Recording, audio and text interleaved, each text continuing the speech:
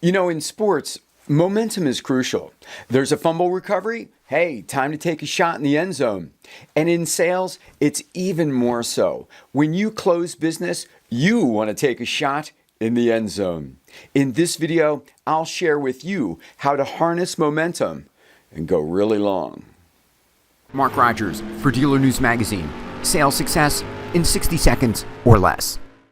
We've talked about the positive neuroscience that happens when you close a sale. Now, what you need to do in that moment of success is realize you're in it, capitalize on it, and set yourself up for the next one. In the 25 minutes after you've put one on the board, it's important for you to put your communications hat on. What you want to do is you want to have as many conversations with as many prospective buyers as possible. Now, the objective here is conversations and not just placing outbound calls. There's a difference.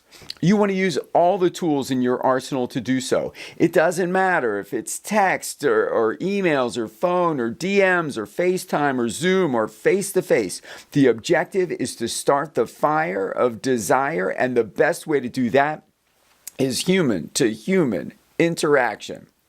Now, go sell something, will you?